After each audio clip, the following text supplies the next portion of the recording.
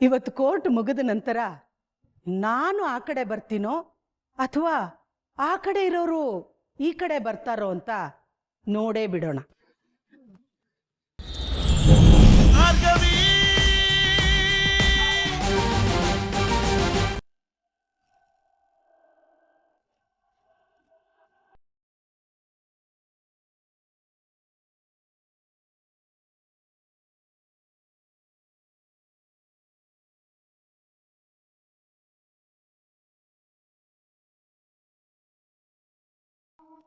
ಇವಳು ಸಂಧ್ಯಾನ್ ಕರ್ಕೊಂಡು ಎಲ್ಲಿ ಹೋಗ್ತೀಯಾಳೆ? ಅಲ್ಲ, ಸಂಧ್ಯಾಗೂ ಇವಳಿಗೂ ಏನ್ ಸಂಬಂಧ ಇರ್ಬೋದು ಸರ್? ಕುಂಬಳಕಾಯಿ ಕಳ್ಳ ಅಂದಾಗ ಹೆಗಲ್ ಮುಟ್ಕೊಂಡು ನೋಡ್ಕೊಂಡು ಅಂದಾಗೆ ಅನಾಮಿಕಾಗೂ ಸಂಧ್ಯಾ ಕೊಲೆಗೂ ಏನೋ ಸಂಬಂಧ ಇದೆ ಅನ್ನಿಸ್ತಾ ಇದೆ. ಒಂದ್ ವೇಳೆ ಅದೇ ನಿಜ ಆಗಿದ್ರೆ ಇವಳು ಯಾಕೆ ಸರ್ ಭಾರ್ಗವಿಗೆ ಸಹಾಯ ಮಾಡ್ತಾಳೆ? ತಾನ್ ತಪ್ಪಿಸ್ಕೊಂಡು ವಿಕ್ಕಿನ ಸಿಕ್ಕಾಕ್ಸಿಕ್ಕೆ.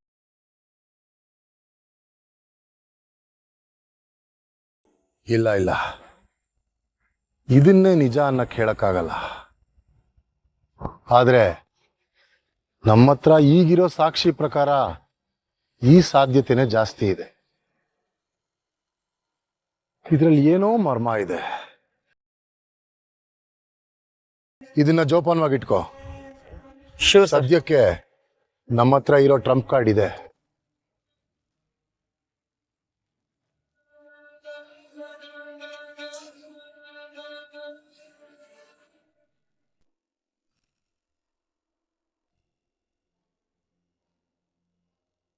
ಅಣ್ಣ ಹೊಂಟಿ. ಅಣ್ಣ ಕೂತ್ಕೊಳ್ಳಿ, ಕೊಟ್ಟೆ.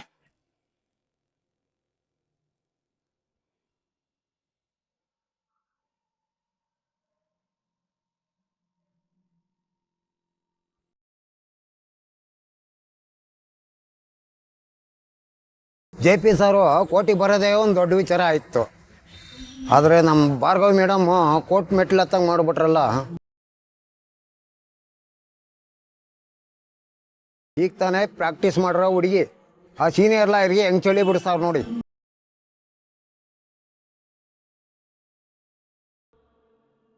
ಅಣ್ಣ ತಗೊಳ್ಳಿ. ಅಣ್ಣ, ನೀವು ನಮ್ಮ ಭಾರ್ಗವಿಯರ ತಂದೆ ಅಲ್ವಾ? ಗುರ್ತಿದ್ಬಿಟ್ರ ರಮಣ. ಏನಣ್ಣ ಹಿಂಗಂತೀರ? ನಿಮ್ಮನ್ನ ಮರೆಯೋಕ್ಕಾಗತ್ತಾ? ನೀವು ಕೋರ್ಟಿಗೆ ಬಂದು ಅದೆಷ್ಟು ವರ್ಷಗಳಾಯ್ತಣ್ಣ?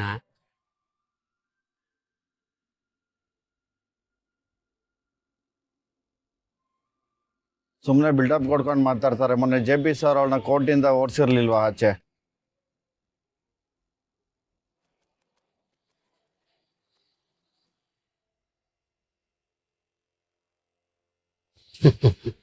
ಇಲ್ಲಿ ಯಾವಾಗಲೂ ಹಿಂಗೆ ಅಣ್ಣ. ಅದೆಷ್ಟು ವರ್ಷದಿಂದನೂ JP ಸರ್ ಎದುರುಗಡೆ ನಿಂತು ಗೆದ್ದವರೇ ಇರಲಿಲ್ಲ. ಹಾಗಾಗಿ ಅವ್ರ ಕೇಸ್ ಬಂದಾಗ ಈಗ ಮಾತಾಡ್ತಾರೆ. ಇಷ್ಟು ದಿನ JP ಸರ್ ಎದುರುಗಡೆ ಮಾತಾಡ್ತೇ ಇದ್ರು, ಆದರೆ ಅವ್ರ ಎದುರುಗಡೆ ನಿಲ್ಲಕ್ಕೆ ಧೈರ್ಯ ಇರ್ತಿರ್ಲಿಲ್ಲ. ಈಗ ನೋಡಿ, ಎಲ್ಲ ಉಲ್ಟಾ, ರಿವರ್ಸ್. ನಿಧಾನವಾಗಿ ನಮ್ಮ ಭಾರ್ಗವಿ ಕಡೆನೂ ಜನ ಬರ್ತಾ ಇದ್ದಾರೆ ಸರ್. ಭಾರ್ಗವಿ ನಿಮ್ಮ ಬಗ್ಗೆ ಯಾವಾಗಲೂ ಹೇಳ್ತಾ ಇರೋಳು ಸರ್. ಹೆಣ್ಮಕ್ಳನ್ನ ಯಾವಾಗಲೂ ಈ ಥರ ಧೈರ್ಯವಾಗಿ ಬೆಳೆಸ್ಬೇಕಣ್ಣ. ಮದುವಾಗು, ಹೊಂದ್ಕೊಂಡೋಗು. ಹೆಣ್ಮಕ್ಳು ಭಾಳ ಇಷ್ಟು. ಬೇರೆಯವ್ರ ಉಸಾಬಾರಿ ಬೇಡ ಅನ್ನೋ ತಂದೆ ತಾಯಿ ಮಧ್ಯೆ ನಿನ್ನ ಗುರಿನ ನೀನು ಬಿಡಬೇಡ. ಹೋರಾಡು, ಸಾಮಾಜಿಕ ಸಹಾಯ ಮಾಡೋ ಅನ್ನೋರು ತುಂಬ ಅಪರೂಪ ಕಣಣ್ಣ. ಒಂದು ಅರ್ಥದಲ್ಲಿ ನಮ್ಮ ಭಾರ್ಗವಿ ಇಷ್ಟೊಂದು ಧೈರ್ಯ ತಗೊಂಡು ಹೋರಾಡಕ್ಕೆ ನೀವೇ ಕಾರಣ ಕಣಣ್ಣ. ನೋಡ್ತಾರೆ ಅಣ್ಣ, ಇವತ್ತು ನಮ್ಮ ಭಾರ್ಗವಿ ಕೇಸ್ನ ಗೆದ್ದೇ ಗೆಲ್ತಾಳೆ. ಅದೆಷ್ಟೋ ಹೆಣ್ಮಕ್ಳಿಗೆ ನಮ್ಮ ಭಾರ್ಗವಿ ಸ್ಫೂರ್ತಿ ಆಗ್ತಾಳಣ್ಣ. ಅವಳು ಯಾರು ಹೇಳಿ? ರವೀಂದ್ರ ಭಟ್ಕಳ್ ಮಗಳು.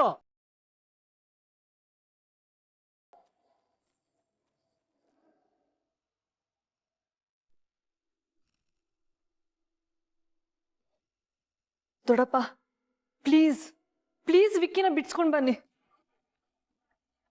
ಅವನೇನೂ ತಪ್ಪು ಮಾಡಿಲ್ಲ. ಇವಳ ಮುಂದೆ ಮಾತ್ರ ನಾವು ಸೋಲ್ಬಾರ್ದು. ನೀನೇನು ತಲೆ ಕೆಡಿಸ್ಕೊಂಬೇಡ ಡಿಯರ್. ಇವತ್ತು ಸಂಜೆ ಒಳಗಡೆ ವಿಕ್ಕಿ ವಾಪಸ್ ಬರ್ತಾನೆ.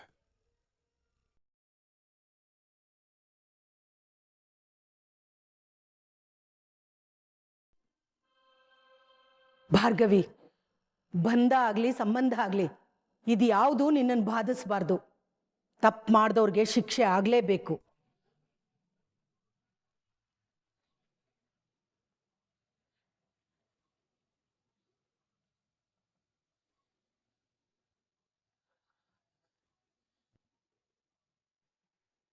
ಅಣ್ಣ, ನಿನ್ನೆನೆ ನಂಬ್ಕೊಂಡಿದ್ದೀವಿ.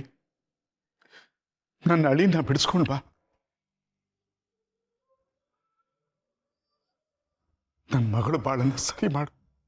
ಈ ಬುದ್ಧಿ ಮೊದಲೇ ಬಂದಿದ್ರೆ ಈ ಪರಿಸ್ಥಿತಿ ಬರ್ತಿರ್ಲಿಲ್ಲ ಜಯಂತ.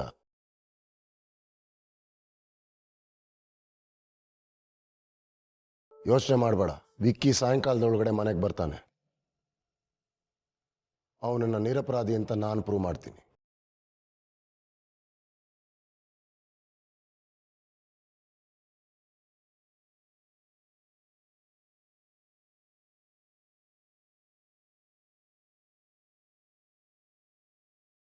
ಶಕುಂತಲಾದೇವಿ, ನೀನ್ ಯಾವತ್ತೂ ಸತ್ಯ ನ್ಯಾಯದ ಪರ ಅಲ್ವಾ?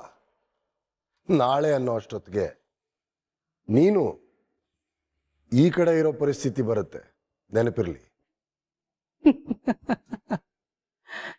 ಜೆಪಿ, ಸತ್ಯವೆಂಬುದಲ್ಲಿ ನಿನ್ನಂತರಂಗದೊಳಗೋ ಸುತ್ತ ನೀ ಅನುಭವಿಸುವ ಬಾಹ್ಯ ಚಿತ್ರದೊಳೋ ಯುಕ್ತಿಯಿಂದ ಒಂದನ್ನೊಂದಕ್ಕೆ ತೊಡಿಸಿ ಸರಿ ನೋಡೆ ತತ್ವ ದರ್ಶನ ಆಹುದು ಮಂಕುತಿಮ್ಮ. ನಿಜ ಏನು ಅನ್ನೋದು ನಿನ್ನಂತರಂಗಕ್ಕೂ ಗೊತ್ತಲ್ಲ ಜೆಪಿ. ಮತ್ಯಾಕೋ ಈ ಗರ್ವ ಆಡಂಬರ ಎಲ್ಲ? ಸುಳ್ಳಿನ ಪರ ನಿಂತಿರೋ ನೀನೇ ಇಷ್ಟು ವಿಶ್ವಾಸದಲ್ಲಿರ್ಬೇಕಾದ್ರೆ ಇನ್ನು ಸತ್ಯದ ಪರ ನಿಂತಿರೋ ಭಾರ್ಗವಿ ಯಾಕೋ ಹೆದರ್ಬೇಕೋ?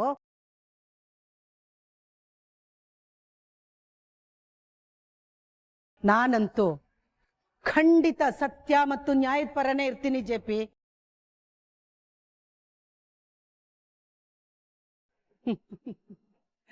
ಇವತ್ತು ಕೋರ್ಟ್ ಮುಗಿದ ನಂತರ ನಾನು ಆ ಕಡೆ ಬರ್ತೀನೋ ಅಥವಾ ಆ ಕಡೆ ಇರೋರು ಈ ಕಡೆ ಬರ್ತಾರೋ ಅಂತ ನೋಡೇ ಬಿಡೋಣ. ನಿನಗೆ ಕಡೆ ಅವಕಾಶ ಕೊಡ್ತಾ ಇದ್ದೀನಿ ಭಾರ್ಗವಿ. ಇನ್ನು ಕಾಲ ಮಿಂಚಿಲ್ಲ. ನನ್ನ ಮುಂದೆ ಅವಮಾನ ಆಗಬಾರ್ದು ಅಂದ್ರೆ ಕೋರ್ಟ್ ತೆಗೆದಿಟ್ಟು ಮನೆಯಲ್ಲೇ ಇರು. ನೀವು ಅಷ್ಟೇ ಮಾವ. ಈ ಭಾರ್ಗವಿ LLB ಮುಂದೆ ಸೋಲಕ್ ಇಷ್ಟ ಇಲ್ಲ ಅಂದ್ರೆ ಕೋರ್ಟ್ ಬಿಚ್ಚಿಟ್ಟು ಮನೇಲೇ ಇರಿ.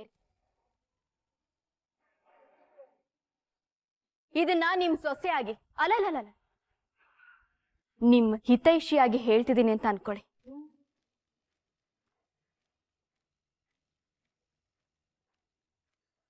ಈ ಸಲ ಕೋರ್ಟ್ ಸೆಷನ್ನು ಸಖತ್ ಸ್ಪೆಷಲ್ ಮಾವ. ಯಾವಾಗ್ಲೂ ನಿಮ್ ಜೊತೆ ವಾದ ಮಾಡಕ್ಕೆ ನಮ್ಮನೆಯಿಂದ ಬರ್ತಾ ಇದ್ದೆ. ಇವತ್ ನೋಡಿ ನಿಮ್ ಜೊತೆ ನಿಮ್ಮನೆಯಿಂದಾನೇ ಹೋಗ್ತಾ ಇದ್ದೀನಿ. ಸೂಪರ್ ಅಲ್ಲ?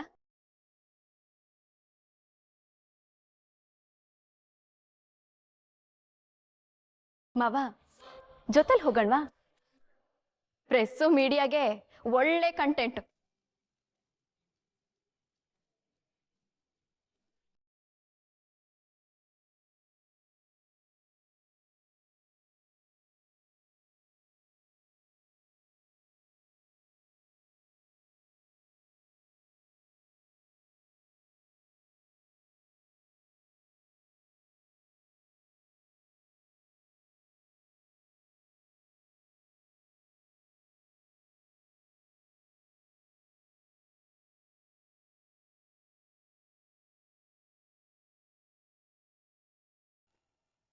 ದೀಪ ಆರೋ ಮುಂಚೆ ಜೋರಾಗಿ ಉರಿಯತ್ತಂತೆ.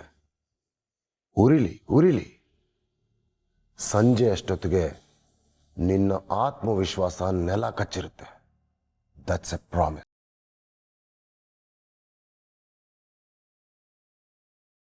ನನ್ನ ಆತ್ಮವಿಶ್ವಾಸ ನೆಲ ಕಚ್ಚಿರುತ್ತೋ ಅಥವಾ ನಿಮ್ಮಿ ಒಣ ಜಂಬಕ್ಕೆ ಪೆಟ್ಟು ಬೀಳುತ್ತೋ ಕಾದ್ ನೋಡೋಣ ಮಾವ. ಸ್ವಲ್ಪ ಸಸ್ಪೆನ್ಸ್ನ ಮೇಂಟೈನ್ ಮಾಡೋಣ. All the best.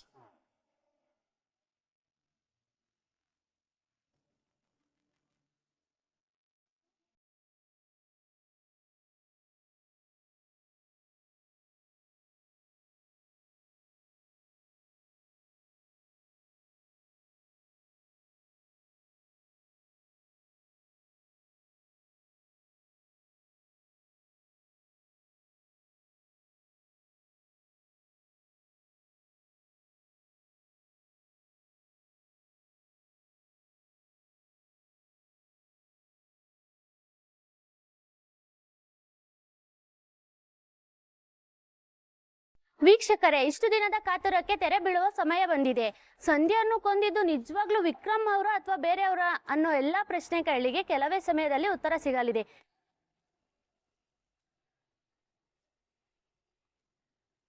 ಏನ್ ಮೇಡಮ್ ಇವತ್ತು ಇಷ್ಟು ಬೇಗ ಬಂದ್ಬಿಟ್ಟಿದ್ದೀರಾ? ಹೌದು ಸರ್, ಇವತ್ತು ಇಯರಿಂಗ್ ಇದೆಯಲ್ವಾ ವಿಕ್ರಮ್ ಭೂಪತಿ ಅವ್ರದ್ದು. ಹೌದು, ವಿಕ್ಕಿ ಕೊಲೆ ಮಾಡಿದಾನೆ ಅಂತೀರಾ? ಎಲ್ಲ ಆದ್ರೂ ದೊಡ್ಡ ಬರ್ತಿದ್ದೀರಾ? ತಂದೆ ತಕ್ಕ ಮಗ ಅವನು. ಆ ಶಕ್ತಿ ಪ್ರಸಾದ್ ತರನೇ ಕ್ರಿಮಿನಲ್ ಬುದ್ಧಿ ತುಂಬಿಕೊಂಡಿದೆ. ಆ ಶಕ್ತಿ ಪ್ರಸಾದ್ ಅವ್ರದ್ದು ಎಷ್ಟು ಕೇಸ್ ನೋಡಿಲ್ಲ ಮೇಡಮ್ ನಾನು. ಖಂಡಿತವಾಗ್ಲೂ ಅವ್ನು ಕೊಲೆ ಮಾಡಿರ್ತಾನೆ. ಅದೇ ಮತ್ತೆ ಅವ್ನ ಮುಖ ನೋಡಿದ್ರೆ ಗೊತ್ತಾಗುತ್ತೆ ಅವನು ಎಂತವನು ಅಂತ. ಪಾಪ ಹುಡುಗಿಗೆ ಹಿಂಸೆ ಕೊಟ್ಟು ಸಾಯಿಸಿ ಬಿಟ್ಟಿದ್ದಾನೆ. ಹೆಣ್ಮಕ್ಳಿಗೆ ತೊಂದರೆ ಕೊಡೋಂಥವ್ರನ್ನ ಬಿಡ್ಲೇಬಾರ್ದು. ನೋಡೋಣ ಏನಾಗುತ್ತೋ. ಯಾವ್ದು ನಿಜ ಯಾವ್ದು ಸುಳ್ಳು ಅಂತಾನೆ ಗೊತ್ತಾಗ್ತಿಲ್ಲ. ವಿಕ್ಕಿ ಚಚೆ ಇಲ್ಲ, ವಿಕ್ಕಿ ಕೊಲೆ ಮಾಡಿಲ್ಲ. ಆದ್ರೂ ಅವನೇನಾದ್ರೂ ಜೈಲಿಗೆ ಹೋಗ್ಬಿಟ್ರೆ ನಮ್ ರೀತು ಗತಿ ಏನು? ಇದೆಲ್ಲ ಭಾರ್ಗವಿಂದಾನೇ ಆಗಿತ್ತು.